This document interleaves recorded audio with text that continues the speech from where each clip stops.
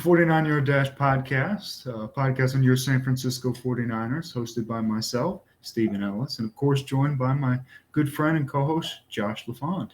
Today we're talking free agency regarding the 49ers specifically, and then some around the league as well, just generalized free agency moves. Big moves so far this offseason, so we'll get into that. So let's dive.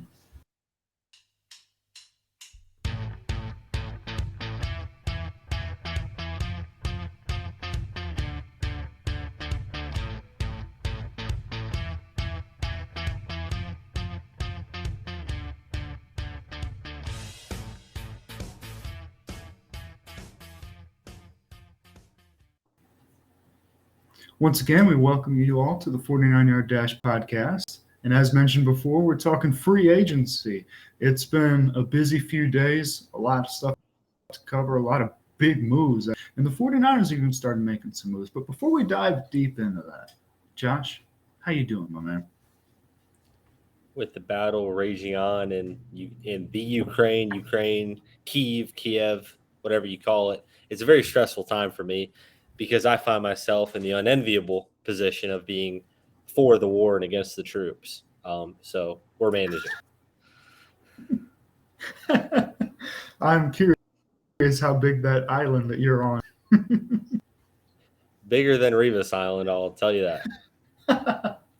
That's good. Hey, that's a good segue because the 49ers for free agency was in fact signing a cornerback, Charvarius Ward from the Kansas City Chiefs. It's a 3-year deal, $45 million, 26.7 guaranteed. Look at that move, Charvarius Ward. Yeah, he's the guy that Jamar Chase burned in the playoff game, in the AFC Championship. However, Jamar Chase burned everybody this season. He's a great press man guy. He's almost like Ambry Thomas peak. Press man, has some issues in zone, but is a great kind of ball hawking cornerback who can get up in your face and isn't afraid to do it. I love the fit just because of what Ambry brings to the table. And I think that's what this move was, hey, we traded up to get Ambry Thomas in the third round for a reason. And we feel like he's our starting cornerback with his play. With the signing of Ward, that gives you a guy, similar play style, similar size, similar athleticism. They complement each other really well. In my mind, I've never viewed Emmanuel Moseley as a true number one, not even number two cornerback. He's perfect in a utility role, and there's nothing wrong with that. Kind of like you think about players in the NBA, Lou Williams kind of comes to mind for me. Good enough to start, but is better in a six-man role because of what he brings to the table. Emmanuel Moseley's kind of that guy. Not, he's plenty good enough to start, but really where he shines is we've got a slot cornerback on the roster. We've got a number one and number two. We can put him in a position to succeed. He doesn't necessarily need to go out and start. He doesn't need to lock up the number one guy. He can move around the field as we see fit. And the signing of Ward really leads to that in my mind. It puts him back in that role of the sixth man, if you want to compare it to basketball, where he can come on the field as needed, first guy off the bench, and can really shine. I love the fit of Ward. I love what he's going to bring, next to Ambry, and kind of free up Moseley as well to do the things that he's done throughout his career here and put him in a position to succeed. Yeah, no, I like having guys that I feel pretty confident in playing outside corner. And I'll be curious to see the exact order of depth chart once it's actually time and all these guys are playing out. I'll be curious to see that. Although, K'Waun Williams is a free agent, I'm not quite sure that they have the slot totally locked up. They could bring him back. Sure. Maybe they feel like he's ready. Or maybe occasionally smaller, maybe Emmanuel Moseley jumps in there from time to time. Yeah, and that was kind of my thinking on it is it's kind of like you've talked about really more so in college than the NFL. They talk about getting their best 5 linemen, offense or defense, on the field. It doesn't matter about position. This recently. Kind of the same thing. Yeah, exactly. Let's get our best 5 defensive backs on the field, regardless of position. Yeah. Moseley's better than K'Waun in my mind. K'Waun definitely regressed this year. There's a reason why this hasn't been drawn out. If the 49ers can bring him back on a cap-friendly deal, go for it. There's a reason why he wasn't signed in the first couple of days of legal tampering. We'll call it that. But, yeah, Mosley's so versatile. He can fill into the slot if you need him. He can fill in for a number 1, number 2 receiver, but he doesn't need to be put in a position, to me, where he's pressed every single down, every single play, and run support and passing. Ambry has shown that throughout his collegiate career and in the NFL these last several games. That's pretty noticeable. Whether he becomes a number 1 cornerback in the NFL or not, up to debate. But he's a starting cornerback, at least for the 49ers. And then Ward obviously is a lockdown guy. So you have that ability with Mosley now to move him around the field. And that's a big deal whether you bring K'Waun back or not. Yeah, definitely so. And I actually, about halfway through the year, I watched First Things First from time to time. I'm sure anybody who's ever watched that knows that Nick Wright is a huge Chiefs fan. And probably about midway point of the season, he was talking about how well Charvarius Ward was playing and was showing numbers, and I was kind of shocked. And then I ran across this one today. Lowest completion percentage allowed in coverage since 2019, according to Pro Football Focus. Charvarius Ward, number 1 in the league. So I was – sometimes these – by one statistic especially like that, it can be misleading. But still, he's there. That's something. We're getting a quality guy here, and I liked him. I really did. And let me throw this out, too, to see how you feel about this. People are probably tired of this name, and I would understand why. But now, if Jason Verrett can be your 4th corner and doesn't have to be that much, he might be worth bringing back on a team-friendly deal. Yeah, and I don't think the competition for him is great. I'm glad you brought him up. I wasn't thinking about that, but yeah, it's potentially something you could bring him back for a couple mil a year. In a situation where he doesn't have to be pressed in the same way Manuel Mosley's not going to have to be pressed anymore with his injury issues. Put them in a position to succeed. You start running 4 verts, going in 2-minute drill. Let's put Verrett and Mosley on the field and let's dare you to throw on us. That's a big deal. And kind of like you said with Ward, you and I talked about it before. I'll be honest with you, he wasn't ever a name I considered. For in my mind, hey, let's go nuts. Throw 15 mil a year at J.C. Jackson. He says no. We'll circle back to Stephon Gilmore and we'll call it good. Yeah. But the fact they went out and got Ward, a younger guy who hasn't hit his ceiling yet. I know I said a minute ago that's probably Ambry's ceiling. It probably is. But where Ward's playing now is Ambry's ceiling. But Ward hasn't hit his personal ceiling as an athlete. Yeah. And I think that says a lot about how the 49ers view the Trey Lance era. Let's get a guy that fits our timeline. And we have the ability with Trey Lance's rookie contract to go out and pay him now. His contract's not going to run up until Trey comes up for an extension. Let's go out and get a young guy now instead of kicking the can down the road like they've done in years past. Richard Sherman, 2 years, 10 mil. Stephon Gilmore's probably coming on a similar contract, not multiple years. We're not talking 3, 4, 5. We're talking 1 or 2. The fact they committed to a guy that was younger, that's still on the ascending arrow, that's what we're looking for, man. That's the first indication to me that they're not just kicking the can down the road, doing the same crap we've seen every year. They're really committed to building a championship team around Trey Lance. Yeah, no, I really like the signing. I actually did a funny little thing. I did 3, sets of good and bad of what's happened, how it affects the 49ers so far, good and bad. So the first good that I have is the 49ers signed Charvarius Ward, and we just decided. The bad that I have, the first bad, the Jets took Laken Tomlinson away. Yeah. They took Laken away, man.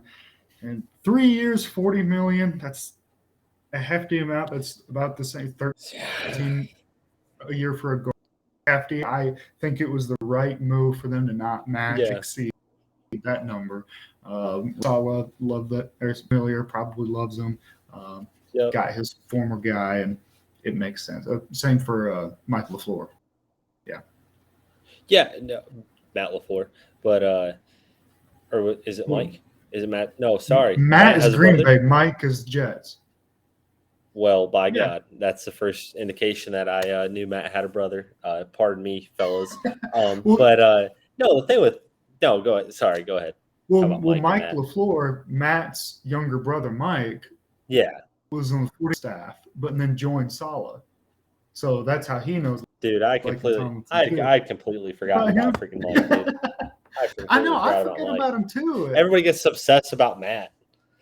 Yeah. There's so many times I forgot, and this is such off the rails now, but there's so many times I forgot, obviously with Mike, but even forgetting guys like Wes Welker on the team. You see him on the side, I was like, what the heck is he doing in it? It's random. But no, but talking about Lincoln, honestly, I know he was a great guard next to Trent Williams. I do think Trent Williams covered up a lot of issues that Lincoln had. Playing for Detroit before the 49ers signed him, Lincoln had a lot of issues, and he was playing next to some good offensive linemen, protecting Matt Stafford. When he doesn't have an all-pro next to him, I'll be curious to see what it is. I'm always skeptical because in my mind, I kind of have that Kyle Shanahan mode. If I'm playing Madden or whatever, in general, my feelings are you build outside in, you get your cornerstone bookend tackles, you get your center, and your guards or whatever. Your guards can be a turnstile. It don't matter. Because the guards don't have near as much responsibility. There's a reason they're never drafted in the first round. There's a reason they're barely drafted in the second round. They're a dime a dozen. They're easily interchangeable. Most tackles can play guard. Most guards can't play tackle. It's what it is. So I'm okay with letting him walk. I think his play in San Francisco, though it was elite, was benefited by playing next to the best offensive tackle in all of football. I'll be curious to see how he is on his own, standing next to some rookies, some younger guys in the league. It's going to be interesting. He's going to be he's going to be in a worse position than he was in Detroit, and in Detroit he was inconsistent at best. I'll say though, no one is. I mean, you just said it. Trent's the best tackle in football, but I will say, it wouldn't shock me if Mekhi Becton was an All-Pro soon. Sure, but I'm not saying he will. He could be soon, but and Mekhi Becton can be fine. But at the end of the day, Lincoln is inconsistent, and a lot of those issues were masked by Trent Williams, whether people want to believe it or not. And he's obviously gotten better in San Francisco than he was in Detroit. Mekhi Becton's going to be several years before he starts covering up for Lincoln's issues. I always have a hard time paying a guard that much money. Congrats to the Jets. They've got to protect Zach Wilson. Doesn't matter who they draft at receiver. They're in a worse position than the Bengals were last year when they drafted Jamar Chase, and we were calling for him to draft a guard or a tackle for the love of God to protect Joe Burrow. But it does hurt to see him go just because that left side of the line, like we talked about, we even talked about a couple weeks ago how important it was to lock Lincoln up. We didn't think he was going to get that kind of money. But personally, I would rather have Tre'Davious Ward over Lincoln Tomlinson if that's where the money's going to go, just because of the need. Yeah, spending $13 million a year, it's better doing on a corner than a guard, without a doubt. I will say that the Jets' offensive line. Go ahead. The Jets' offensive line is not too shabby right now, for real. I mean, I think already is really good. I mean, again, not all pro yet. And then they'll have Lakin, and then Elijah Very Tucker, a great rookie year.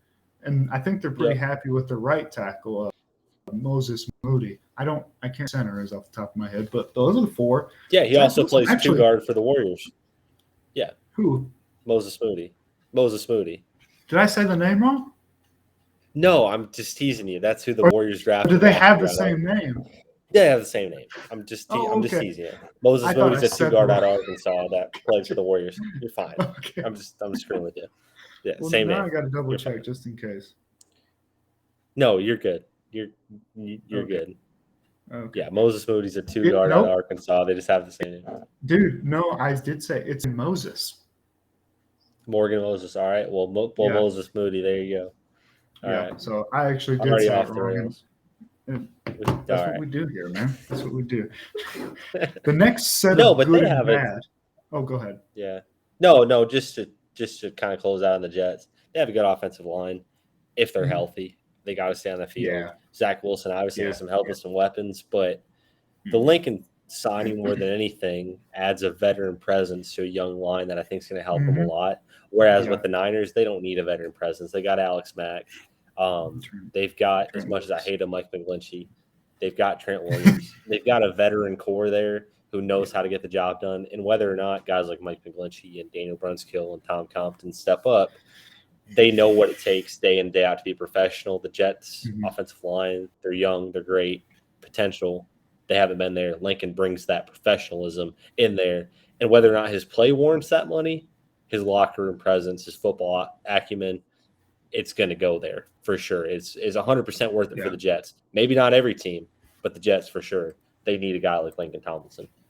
Yeah, no, it is a good fit. It's steep for a guard, but it is a good fit, really.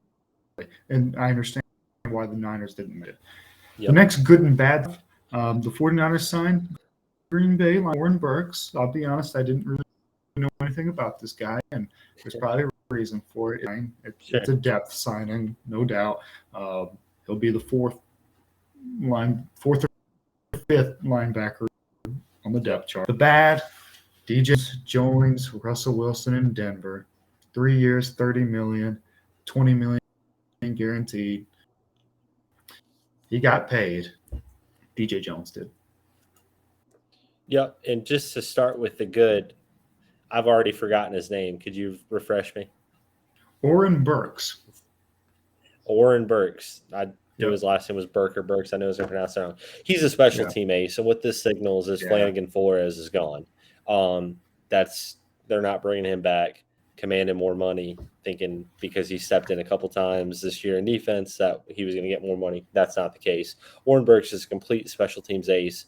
He's going to back up in a pinch. He's not taking Azeez Al-Shaair, Dre Greenlaw's job. That's for sure. He's taking Flanagan Flores' job, and he's going to be the basically fourth guy between inside or outside, and he's the special teams ace. So that's what you like at that position. They got him basically $2.5 million a year. You like that signing in that instance because I believe it's been over 2 years since he's given up. There's a statistic I read since the 2019 season on kickoff or punt coverage, he's missed a tackle.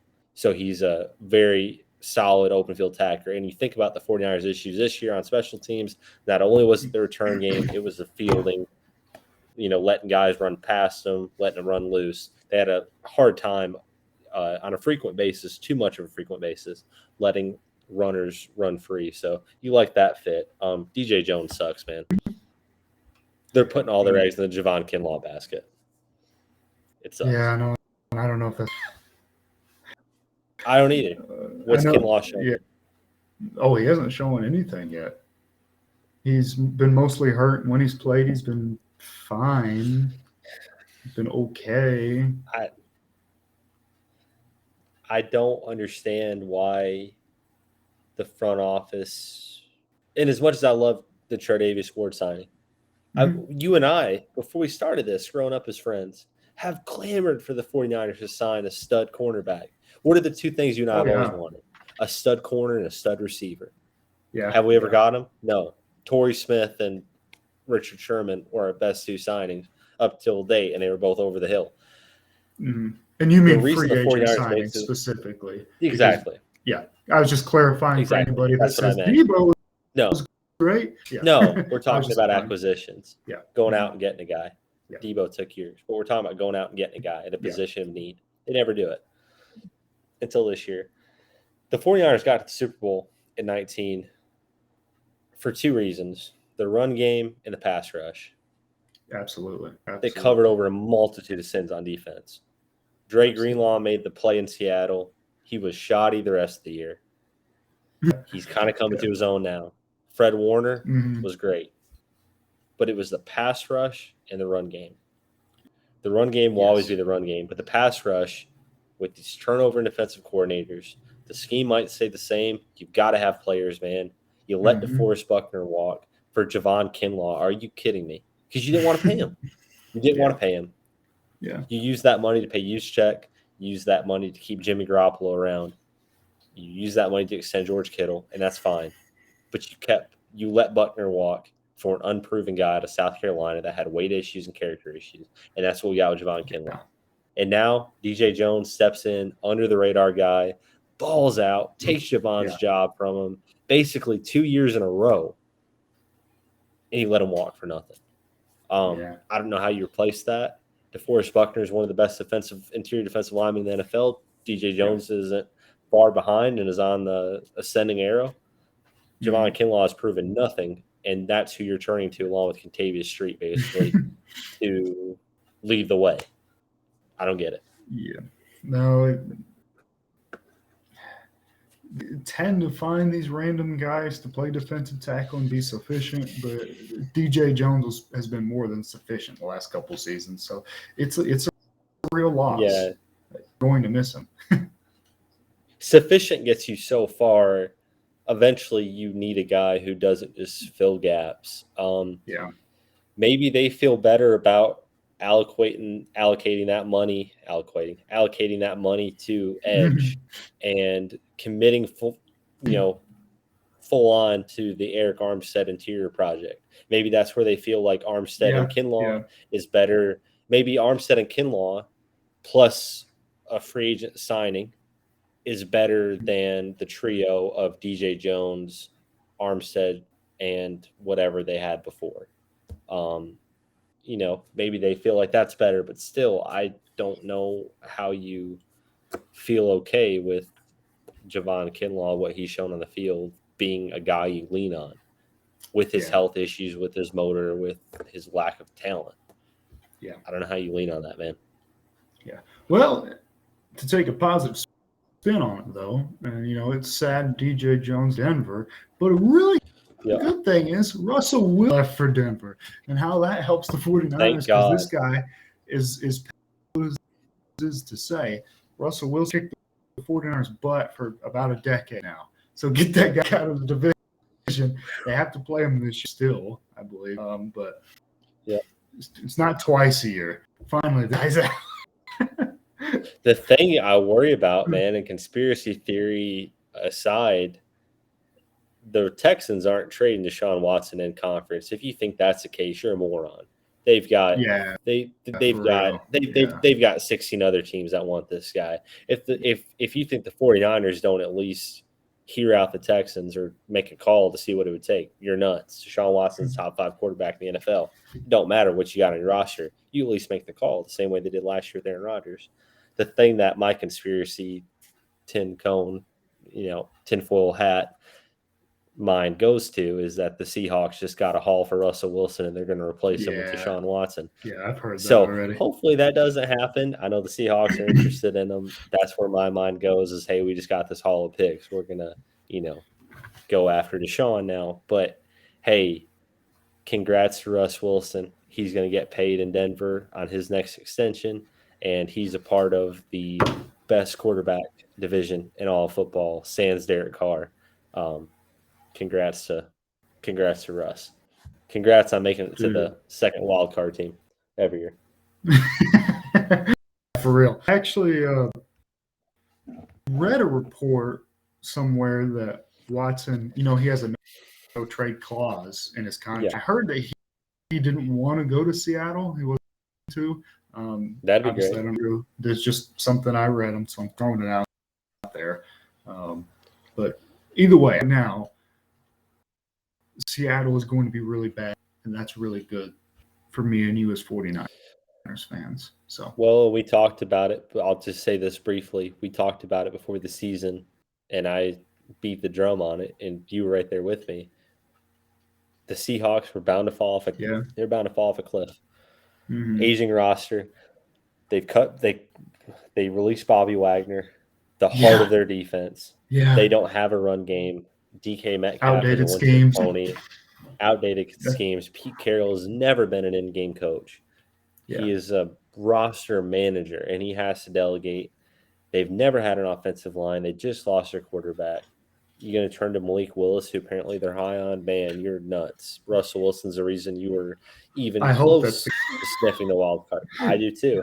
It just seems like finally the train has left the station for Seattle, and they are going to be very soon looking for a new head coach, a new GM, and in full rebuild mode. Yeah. No, I think that's where you have to go. I really do. The last bad point that I have. A few weeks ago, I had this kind of fever dream, where Aaron Rodgers does end up in Denver. Tom Brady's retired. The Seahawks aren't good even with Russell Wilson. I'm like, man, this is a wide open NFC. A couple weeks later, Aaron Rodgers stays with Green Bay. I said that the whole time. Yep. That's what I expected. Well, Tom Brady's back. Well, it looked to be like a pretty wide open NFC other than the Rams. We're back to where we were. Tampa, Green Bay, and the Rams. So it's a top heavy NFC again. No, it is. And the issue with Tom Brady is you've got to hope what they're bringing back isn't good enough to win a Super Bowl. It wasn't the first year. They ran into a string of luck in the playoffs, catching some injuries, and then Tom Brady was Tom Brady in the Super Bowl. They need to make a big splash this offseason in several positions. I don't know where those are going to come from. They need a stud running back. They need two of them, really. They need weapons for Brady, not just Chris Godwin. Hopefully, as a Michigan fan, as a Brady fan, been my favorite player in the NFL for years and years, as long as I can remember. It's still hard to envision at this point in his career him pulling a LeBron James and carrying the Cleveland Cavaliers to 60 wins when the rest of the guys should be in the D League. I hope for Brady's sake that's the case, but I'm not too concerned about the Bucs. What I'm more concerned about, like kind of you mentioned, is the Aaron Rodgers deal. But the division's wide open. The Cardinals, they floundered as usual. 49ers should own them. Really, your competition's the Rams, and if you meet the Packers in the playoffs, I'm not too concerned about Tampa. New Orleans is off a cliff now. New coach. Jimmy G maybe goes there. Who knows? But, there's not really a lot of competition in the East. Or not in the East, sorry, in the NFC. But like you said, it is top heavy. You've got the top contenders that you got to knock off the perch. Yeah. You've got even if you discount Tampa Bay. Is. Yeah. Exactly. Even if you discount Tampa Bay, you still got LA. You still got Green Bay. And then exactly. And then with that, it's like, as much as you want Dallas to prove it, it's still Dallas and they still have a lot of talent. So it's not easy. It's a gauntlet, man, week in and week out. Yeah, no doubt. I will say, you mentioned the weapons. Of course, they'll have Godwin and Mike Evans. I don't know if you saw it. They signed Russell Gage today, which is Atlanta's. I did. Ended up being their number one most of the year, other than, I guess, Kyle Pitt. But I did see it. He's not a bad third. Yeah. He kind of reminds me of when Mohamed Sanu was there back in the day. Yeah. He's fine. I don't think on any championship team he's a number 1 or 2 receiver, but hey, they don't need him to be. Potentially maybe he slots in there, not as a slot receiver, but as a backup to Godwin and Evans and fills in there where needed. It's a good signing for them. I don't think it really moves the needle much just because Godwin and Evans are 1 and 2 so much. And what's the white dude? I'm forgetting his name. Scotty Miller? I was wanting to say Scooter, but I was wanting to say Scooter McGee, but I knew that wasn't right. Yeah. Scotty Miller. Actually. He's basically your slot guy. Yeah, and not definitely. Just because he's a white receiver, but it's because he's your slot guy. So Gage is kind of basically that 4th receiver. So it doesn't move the needle a ton for me. But hey, get Brady as much weapons as he needs and roll the dice. Oh, absolutely, man. You got to. Kirk Cousins got extended a year. There's nothing really there. Dude. Carson Wentz to the Commanders. Hold on. Before we move on to Carson Wentz, Kirk Cousins, do we think that's why Jim Harbaugh didn't take the Vikings job? Because they said we're committed. Because let's just assume you can be the Vikings management. I'll be Jim Harbaugh. Okay. We'll talk about Kirk Cousins. So Vikings GM.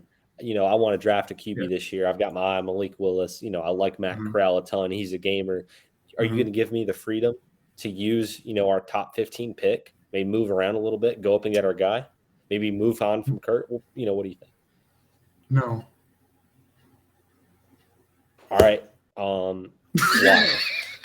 Why are you loyal to Kurt? Because I'm extending him another year because I want to. All right. Well, hey, this has been fun. Go Blue. We'll see you in Columbus in November of next year. Thanks. All right. Sounds good, Jim. Have a good one. Hey, mate, Kirk Cousins. So this is from the Pat McAfee show. Listen to it in the shower. Not for reasons you're thinking of. No. Just they interviewed Dan Orlovsky talking about Kirk Cousins. And they said that Kirk Cousins has made the most money out of any NFL starting quarterback since 2017. Wow, Kirk, man.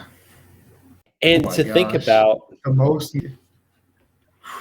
it's insane to think about. And to think about the contract he just got. In my mind, he's a liability for the Vikings. He's the reason they didn't win the Super Bowl. They didn't get to the Super Bowl because of Kirk Cousins. All-time defense, all-time running game. Stephon Diggs is on your team, and Adam Thielen. That's an awesome dynamic duo. Kyle Rudolph finally wasn't concussed. It was an awesome defense, an awesome team.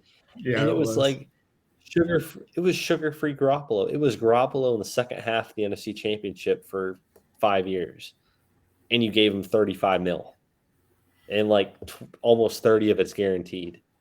What are we doing, man? I guess what I would assume, since it's just a 1-year extension or whatever, I guess I would assume their plan is kind of along the lines of, dude, stop. Stop. You didn't have to pay him $35 million. I agree. It doesn't matter what their plan is. He wasn't going anywhere. Nobody was trading for him. You have to pay him that money. You have to pay him that money. It doesn't matter what the plan is. You just blew your cap when you have so many holes on defense. Danielle Hunter is basically going to walk now because you don't have any money. It's true. It's true. You have no weapons. Yeah, you got me there. Yeah. And you threw it at Kirk Cousins, who was still under contract. Yeah. Still under contract. Yeah. It didn't make sense. It was stupid. I'm not going to deny that. I will say, I bet they don't like this quarterback class and are hoping to get somebody next year, but it still doesn't excuse the move. You didn't have to extend I was just throwing something out there. Well, sometimes you don't need to throw the pasta at the wall and see if it sticks. I don't. And just thank God, as much as I hate Jimmy, thank God Kirk Cousins didn't come to Santa Clara. Because if Kyle's this loyal to Jimmy, who wasn't his guy, he would be even more fiercely loyal to Kirk. Dangerously, like $40 million a year, guaranteed. No trade clause, no cut clause, no practice clause. You can live in your van in the parking lot. We'll give you my spot. You get my private jet clause. Yeah, dude. You want to become a Shanahan? We'll legally change your name.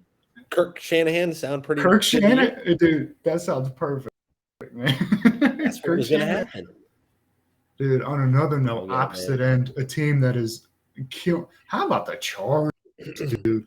Bringing in Khalil Mack and J.C. Jackson. The AFC West is a bloodbath. I think what you saw with the Chargers is what you're going to see now with the 49ers signing Ward. You're capitalizing on a championship window with a championship roster surrounding a quarterback under his rookie contract. The contract of J.C. Jackson and Khalil Mack both basically expire when Justin Herbert's going to be up for an extension. The Chardavius Ward signing for the 49ers is going to run up when Trey Lance needs an extension. That's what you do. Yeah. Spend the money now and let's deal with it later. Let's put a championship team around our young quarterback to get the job done and then worry about the rest later. Why are we penny pinching? You look at the Indianapolis Colts, perfect example. MVP candidate, Jonathan Taylor. Arguably the outside of Aaron Donald, the best defensive lineman, interior defensive lineman, DeForest Buckner. Excellent defense. Young guy like Kwity Paye. You look at their weapons on defense and all these things. Great coaching, Frank Reich. They got $62 million in cap, and they haven't spent it on anybody for no reason. They've got money to spend. They won't trade. They won't sign. They won't do anything. Penny pinching with the Super Bowl roster, and they just have a couple holes they need to fill, and they won't spend the money. You got to do it this way, man. You've got to do it. You draft a young rookie at a key position, and then you build around the rest until his contract comes up. The whole team always talks about how wonderful it is to have the advantage of having a rookie contract at quarterback, and then some teams don't do about it. But this is what you're supposed to do. Like, this is basic. Build a franchise team on Madden stuff. Get a rookie quarterback and spend the money to get a great team around them. It's not a complex. It's the same thing in any sport. It's the same thing in any sport. In baseball, you get your stud outfielder and you draft him, in the first couple of rounds, build him through the system. Before he gets an extension, you build the rest of the team. You sign your ace pitcher, you sign your interior, defenders, first base, second base, third base, whatever. Basketball, you draft a stud wing, you draft a stud guard, you build the team around him. When he's due for an extension, hey, we'll worry about the rest of the position. We'll fill him with veterans. Same thing in the NFL. Get your stud.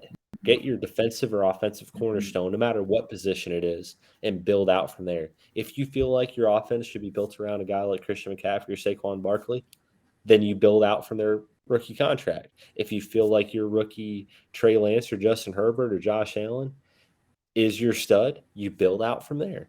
What you don't do is save that money for the sake of saving it, because that doesn't come often. You saw what the Bengals did this year. A quarterback on a rookie contract, they didn't spend any money, and they got to the Super Bowl and very well could have won it. You got to spend money, because every now and then the dice is going to turn over just right, and you're going to find yourself in that position to win it all, and you've got to have the tools to get it done. Yeah. A couple more things I wanted to point out, just a couple of signings.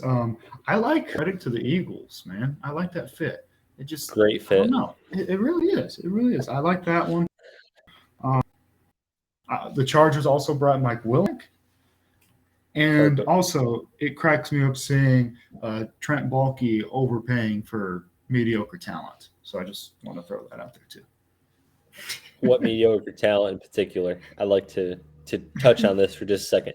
I'd like to touch on him and then Hassan Reddick just for a second. I believe they pay Evan Ingram $9 million a year, and then let's see, receiver, and the wide receiver they signed. They're paying him a lot. That's the problem. I'm trying to find it. But go ahead. It's around $17 million a year, and that's why I wanted to bring him up. 18. And most of it's guaranteed. 2/3 of it's guaranteed. The issue with that is Baalke once again screws the 49ers, because Christian Kirk hasn't made a Pro Bowl. He wasn't a number one receiver on the Cardinals. He was arguably their number 3 for his whole career, and would have been number 3 this year if Larry Fitzgerald had returned. So who's up for a contract in the 49ers? Arguably one of the top 5 receivers in the NFC, and Deebo Samuel, who has made multiple Pro Bowls. Now there's no way you can pay him. He's going to command even 20. Exactly. Deebo is going to command at least 20. Most of it's going to have to be guaranteed. And that's the sucky part for this, because maybe Christian Kirk doesn't sign, you get under 20. Baalke once again sticks to the Niners, gives the middle finger to Jim Harbaugh for not giving him the Vikings job, and here we are. Thanks, Baalke. You should spell your name with 1 A instead of 2. You moist Hallowett. Speaking of wide receivers, to move on from Baalke, what do you think of the Marquise Valdez-Scantling potential signing? Obviously, the 49ers are looking for some burners. They've kind of inquired about a couple guys, potentially given some phone interviews to some. But everybody at receiver they've reached out to so far has been a burner to potentially be a kickoff returner, punt returner, and then add that speed to the offense. What do you think about MVS? Well, I mean, you should technically know the answer to that, because in our free agency needs video, I brought him up as a potential fit for the 49ers, just because a speedster, deep threat. Just he doesn't have to be your number 1, your number 2, your number 3 target. He doesn't have to be your number 4 target. Jones can be that, but he can be somebody that can just come in for one purpose only, to take the top off the defense. Yeah, I mean, back then I thought it would have been fit, so I'm for it. If it's a team friendly. Yeah, no, I'm with you. I think I like him maybe more so because of the name brand than anything else. Jauan Jennings has firmly established himself as that guy, like we talked about ad nauseum, that they wanted Jalen Hurd to be that kind of slot, bigger wide receiver, smaller tight end. He's going to be here for a long time. Debo's your number one. Ayuk's your number two. Yes. You put Jauan anywhere. And then Scantling can be your number four when you're running 4 wide, 5 wide. That just runs a go route or like an interior fade.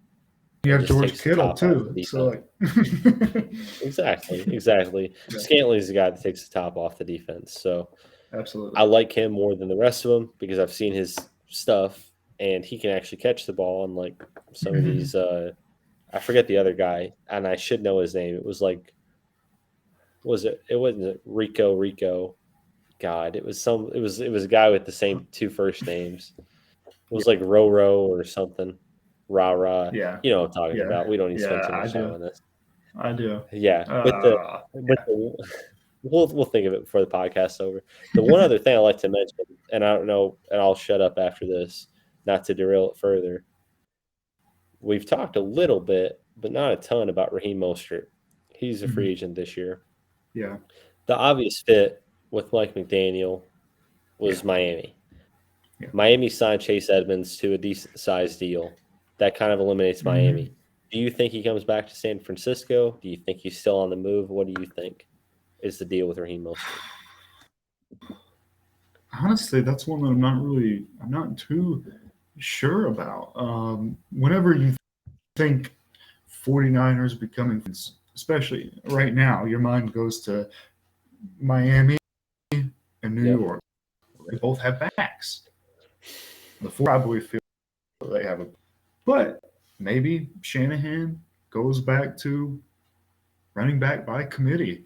Because as much as I like Elijah Mitchell, I think he's better at a lot of aspects. He doesn't have that same explosion threat that Raheem Mostert. You remember the 83-yard touchdown run against a couple years ago. Yep. He had one against the Jets. I think there was like a 3rd and 31. They ran a halfback draw just to get better punting. Dude ran for like 55 yards and got a first. It was wild. I mean, think about the NFC Championship game against the Packers. Yeah. Really? Dude, they had 200 yards and 4 touchdowns. He can explode in a way that Mitchell can't.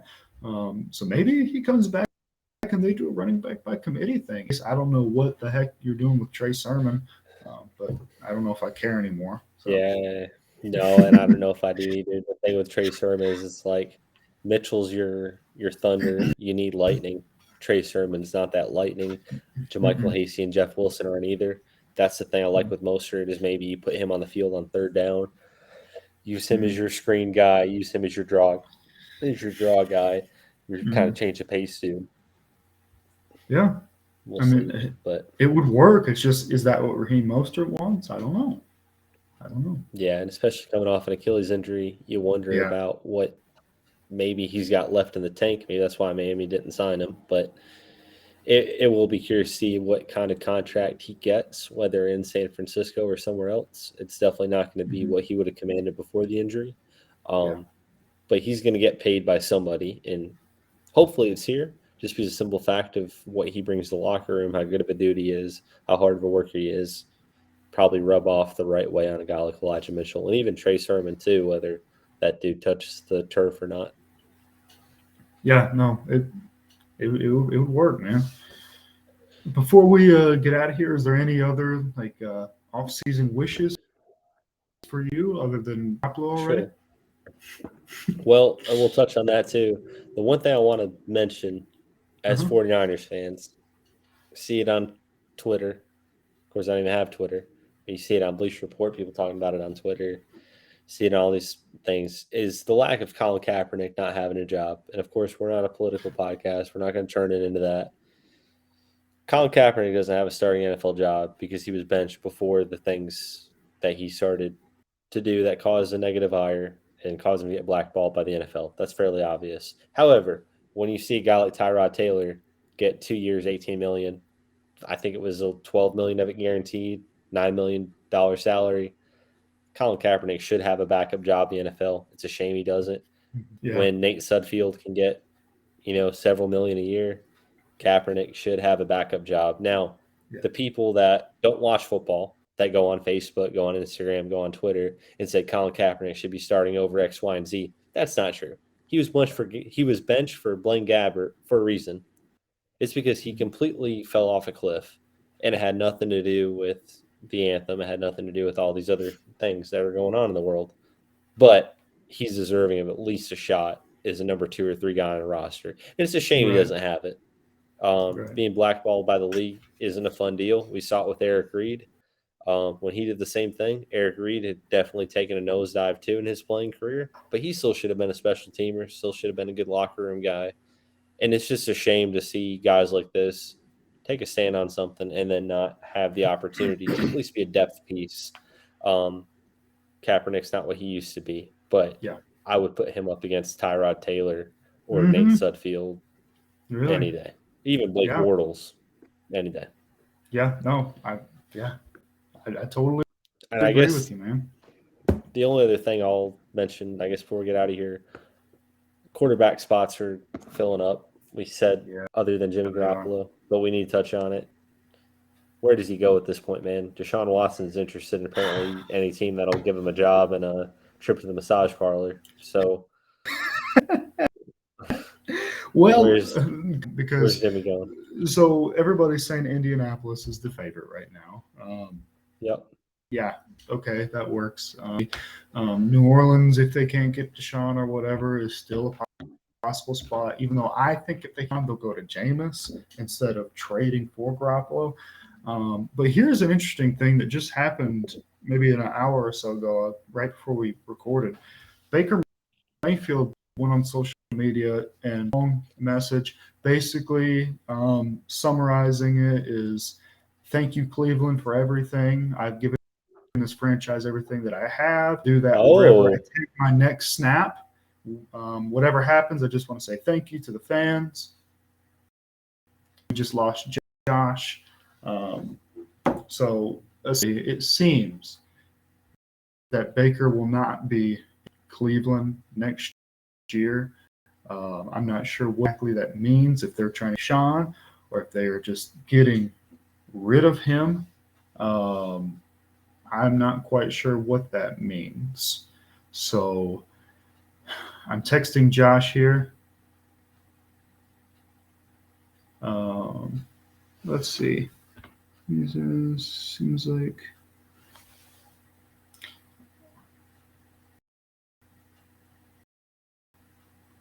talking. Sorry about that, everybody. So Baker Mayfield apparently isn't going to be in Cleveland. Maybe that's another spot that Jimmy Garoppolo could be at. I'm trying to see if Josh is going to get back on or if I should just wrap this up. Okay. I'm going to tell him that I'll just wrap this up.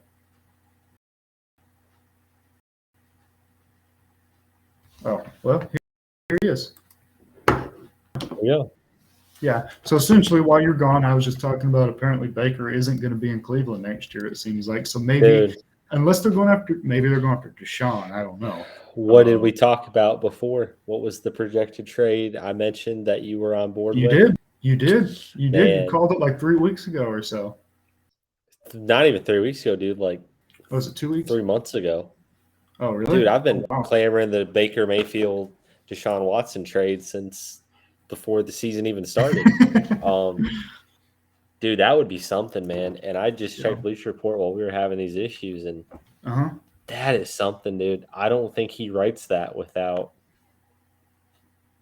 he signs it. Baker he's not going to Cleveland. Is it because going up to Deshaun? I would imagine the only other option is. Well, they're not drafting a quarterback. That's what I was going to say. I would imagine. Yeah. They don't have a high enough pick to get it, and I don't. Who do you really think they're going to move on from Baker for Jimmy G? I don't see that happening. And where they're picking at, I would be surprised if with this statement, teams aren't alerted that might be interested in Willis or Corral or Pickett or even Ritter that don't say, oh, let's go up and get our guy. Cleveland's not going to be able to draft it. Yeah. Yeah. There's several. You got the Eagles, you got potentially the Giants, even the Lions at 2. Not saying someone would be that stupid to trade up that high. The Falcons. There's plenty of teams that might be looking for assets that don't necessarily need the quarterback that could jump Cleveland. So, dude, that would be something. I would be very shocked if they moved on from Baker for Jimmy. That would be a good fit, ironically enough. But I just don't see them moving on for Baker for a similar level guy. Yeah, it'd be interesting though. But it definitely sounds like whatever Baker's discussed with them is bad enough that they're done. He won't be in Cleveland wherever he is. He won't be in Cleveland. Doesn't sound like you don't write that post. You don't write that post and come back to your locker room, man. You're done. Definitely. Yeah. No, he's out. Where that is, maybe it's Houston. Yeah. Man, that would be something. I wouldn't think they would trade in division, but Deshaun Watson for Baker, that pick, they're picking at 13, right? Yeah, and Cleveland becomes future first. Whoa. Yeah, it's always made sense. That's why I said it before, just because of what Cleveland needs is a dynamic quarterback, especially in that division. The door's open with the Steelers regressing, with the Ravens having some injury issues, and now Burrow ascending. They can't waste the roster around them. It seems like they kind of know that if they're doing this, but man, that would be something. There's no way Baker comes back after saying something like that. No, definitely not. Man, Deshaun in Cleveland. Woo, that would be intense. The AFC, oh my gosh. I guess one quick little segment, and not even a segment, but to get your thoughts on it, more in-depth roster stuff than I do. Of course, we both study this stuff, but you generally study deeper positions than I do, depth and all that. What do you think it would take for the Texans to make a deal for Deshaun? Obviously, it's centered around Baker for Deshaun, but what do you think a package for Baker for Deshaun would look like? So here's what I think is they said last year, before all of this, the assault cases, everything came out, whatever, that 3 first-rounders would be the starting point, is what they said. I think that that has to go down to an extent because when you look at it in the past, when plaid dealings like this, like a Big Ben or whatever, they've been suspended for at least 6 to 8 games in that range or so. Yeah. So it wouldn't shock me, even though it didn't get legal charges, wouldn't shock me if the NFL still did something. I think people might be annoyed. Yeah. Calvin Ridley got a year for gambling. Deshaun gets 6 games so I don't know. I think even if he plays next year, he'll miss half the season, and that's back. So I think the value goes down to some extent. Maybe it's Baker. Maybe it's Baker and 2 firsts. Yeah, it's kind of the value you place on quarterback.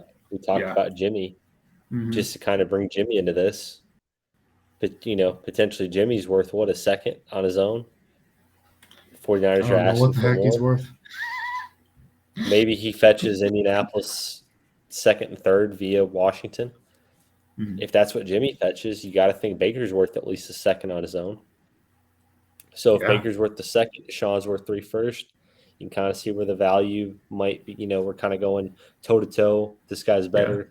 Yeah. He's requiring 3 picks straight up. This guy's worth a second. Okay, we can come down to 2 firsts and a second. Yeah. It's going to be interesting. Baker's from Texas. People forget that. Royal family. Just because he played Oklahoma, he's a Texas boy. It's going to be interesting to see what happens, but I don't think Baker puts that out if he doesn't know something else is in the works. Yeah, no doubt. That'll be really interesting to see, man. This has been a wild offseason. The NFL offseason is the best offseason, in my opinion. It's awesome. Well, before we get out of here, man. Go ahead. No, sure. Just one last thing. Yeah. There's nothing really to talk about Jimmy right now, obviously. Next week's episode, hopefully we'll get some clarity on it. Deshaun's probably going to drag out till our next episode or the one after that. After Deshaun picks a team, that's when we're going to see Jimmy get traded for. All these teams, Seattle, New Orleans, heck, even Houston might think there's an outside chance they can hold on to him. Carolina, Atlanta might be in the sweepstakes allegedly. You got maybe the Giants, you got Cleveland, whatever the case is. The 49ers are inquiring, just joking. But these teams that are in the quarterback market, they're going to follow through until the 12th hour. And once the contract is signed, once the trade is made, the I's are dotted and the T's are crossed, they'll move on to Jimmy after that. So there's nothing to talk about Jimmy right now. Yeah. We can speculate with Indianapolis. We can speculate with New Orleans, Carolina. It doesn't matter. Until Deshaun is traded, then we'll have clarity on Jimmy. And then we'll have a whole episode talked about me ranting on Jimmy and Steve defending him. I look forward to that, man. Same here. But now we'll go ahead and finish this up. But before we get out of here, fact of the week for us, my man. I do, man. And this is an actually covert CIA mission called Project Azorian. And I'm going to read it to you here. This is the description of the mission.